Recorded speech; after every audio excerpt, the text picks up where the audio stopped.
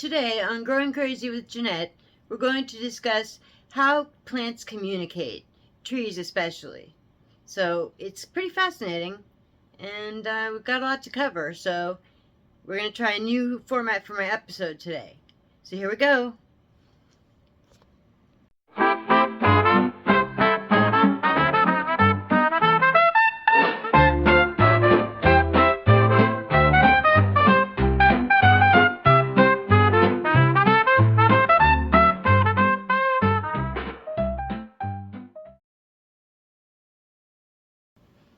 Hi, welcome to Growing Crazy with Jeanette. I'm Jeanette, and I'm crazy. And I have fun with it too. But today, I think what we're going to do is cover plants communicating, and especially trees, because they all communicate, and they send signals to each other, and they have scents that they send each other, and it's pretty fascinating. So we're going to cover a bunch of ground today. I decided what I'm going to do is a little bit of something different today. Instead of just going around and talking about each plant as I see them, I went around and I filmed my plants, and now I'm going to tell you all about the plants communicating while you look at my plants. So bear with me, and I hope you have fun. I'll see you at the end. Here we go. Okay, so the first thing that we have to discuss is VOC. V as in violin, OC. Stands for volatile organic compounds. Volatile means they easily evaporate into the air so they can travel and be smelled. Organic means they're made of carbon-based molecules from living things. Compounds means they're combinations of different elements, mostly carbon, hydrogen, and oxygen. Plants release VOCs as chemical messages, kind of like airborne tweets. They can warn nearby plants about insect attacks or injury. They can call for help from insects that eat plant pests. For example, corn plants under attack by caterpillars release VOCs that attract parasitic wasps. And attract pollinators, that's what floral scents are mostly, VOCs. And they can repel herbivores and pathogens. The cut grass smell, the fresh scent, is a blend of VOCs like hexanol and hexanol. To humans, it smells nice, but to plants, it's a distress signal that warns neighbors of injury. So when you smell the grass, it's actually warning other grass that someone's coming to cut. So, yeah. Sagebrush. When a caterpillar chews its leaves, the plant releases VOCs. Nearby sagebrushes smell those chemicals and start producing protective compounds before they're bitten. Tomatoes and tobacco plants can detect VOCs from infested neighbors and activate their own pest defenses. So in short, VOCs are the airborne language of the plant world, invisible chemical signals that let plants talk to each other, to insects, and even to microbes. So research and study facts and interesting information about how plants communicate. Well, the plants don't exactly talk with words, but here's how they communicate. We'll zoom in on trees with deep root systems and see how they plug into the underground internet of the forest. And get ready to have your mind blown. Plants are way more social than we give them credit for. Communication in the plant world doesn't mean chat over coffee. It means a sender emits a signal, chemical, electrile, volatile, mycorrhizal. A receiver detects that signal and a response happens. 3 main routes. Airborne is the VOCs that we just talked about. The root zone, the roots release exudate chemicals into the rhizosphere, the soil zone around the roots, that affect the nearby plants or soil. The third way is fungal networks and direct root networks. Beneath the forest floor, many trees are connected via fungal filaments, mycelia, that join roots of many different plants and trees. Signals, nutrients, warnings can pass through this wood wide web. They even are electrically and hydraulic signals inside of plants, internal to the plant when they get wounded or stressed. These signals help plants to adapt to stress, like herbivores, drought, neighbors. For example, one plant gets chewed, it emits VOCs, the neighbor primes its defenses. This doesn't mean that plants consciously talk like humans. It's biochemical and ecological. Some scientists caution that not every claim is proven fully in the wild. So the smell of cut grass, yes, that's a distress signal. Then for deep-rooted trees, and examples of why they matter, many trees are adapted to send roots deep into the soil, tap roots, sinker roots, to reach water and nutrients, to anchor themselves, and to survive drought. The first example is a shepherd tree from the Kalahari, southern Africa. It's recorded with roots down to minus 68 meters deep. Why is this important? In arid environments, water is very far down. This tree taps into deep groundwater and thus can survive in extremely dry conditions. Example number 2, oaks are known to develop tap roots early and later sinker roots that go deeper as they mature. In good soil condition, an oak's root system can reach deep vertically before switching to lateral spread.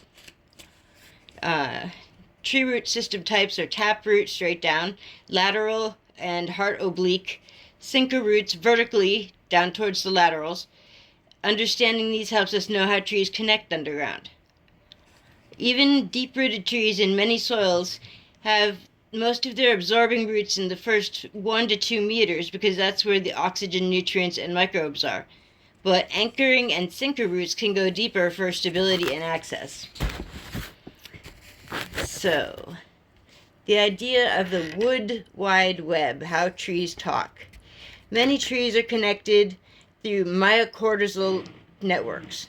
The fungi from fine threads around the tree roots, which extend out and can connect to other plants' roots, forming shared networks. In an older forest, older mother trees may share resources like carbon and nutrients with younger trees via these fungal hubs.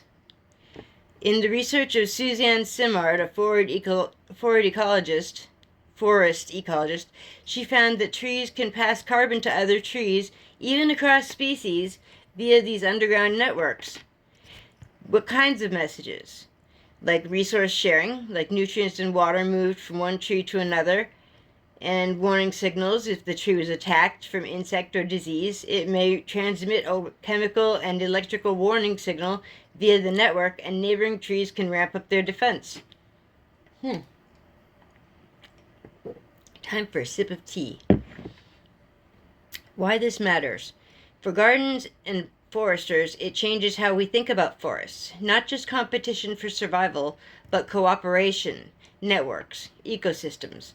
For you growing trees, it means you're not just planting individuals, but part of a community. Sometimes scientists caution that trees talk like humans, and that narrative is oversold. The network is real. The extent of resource and exchange communication is still under research. So, basically, when a tree is under attack, it's like sending an email or text saying, "Help, I'm getting eaten," and its neighbors pick it up and respond. So, above ground and other cool communication modes, VOCs, again with the VOCs. A plant under herbivore attack releases compounds, neighboring plants detect them and ramp up chemical defenses, like produce insect-deterring compounds. And the smell of the freshly cut grass is a mix of volatile compounds for plants. It signals damage. Plants also have internal and electrical hydraulic signaling. When wounded, a rapid change in water potential or electric potential propagates in the plant. Recently, scientists found plants under stress emit ultrasonic sounds we humans can't hear that insects pick up. For example, dehydrated tomato plants emit ultrasonic clicks. Moths listen and choose healthy ones to lay eggs. Why include this? It's wild. It takes us just beyond just chemicals into plants operate with signals we're only beginning to understand. So the quick gardener takeaway is, when you see plants respond to stress like wilting and insect bites, know that your plants aren't just passive, they may be signaling.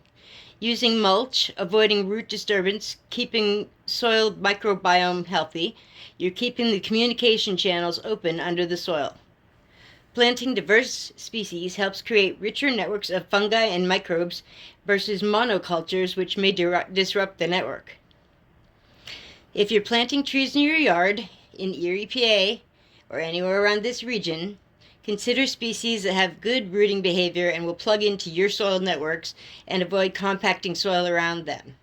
Soil compaction kills root network. Example, planting a native oak, hickory, or beech trees that tend to form better deep root systems, will help create a robust underground network.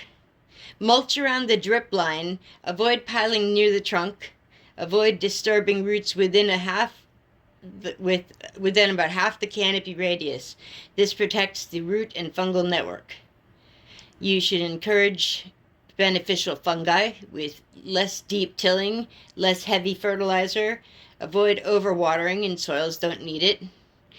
A healthy wood wide web means healthier trees. For shrubs and understory, by having variety and leaving some leaf litter, you help feed the fungi and roots. It's not just the tree that counts, but the entire below ground community.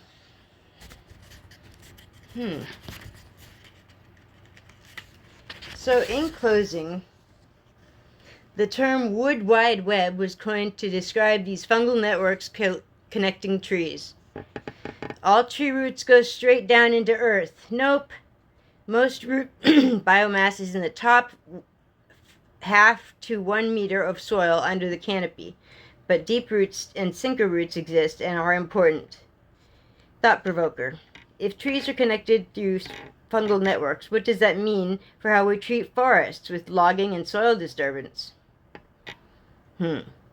So, next time you stroll through the woods, imagine you beneath your feet are an entire network of tree roots and fungal threads, humming with signals, sharing resources, raising alarms.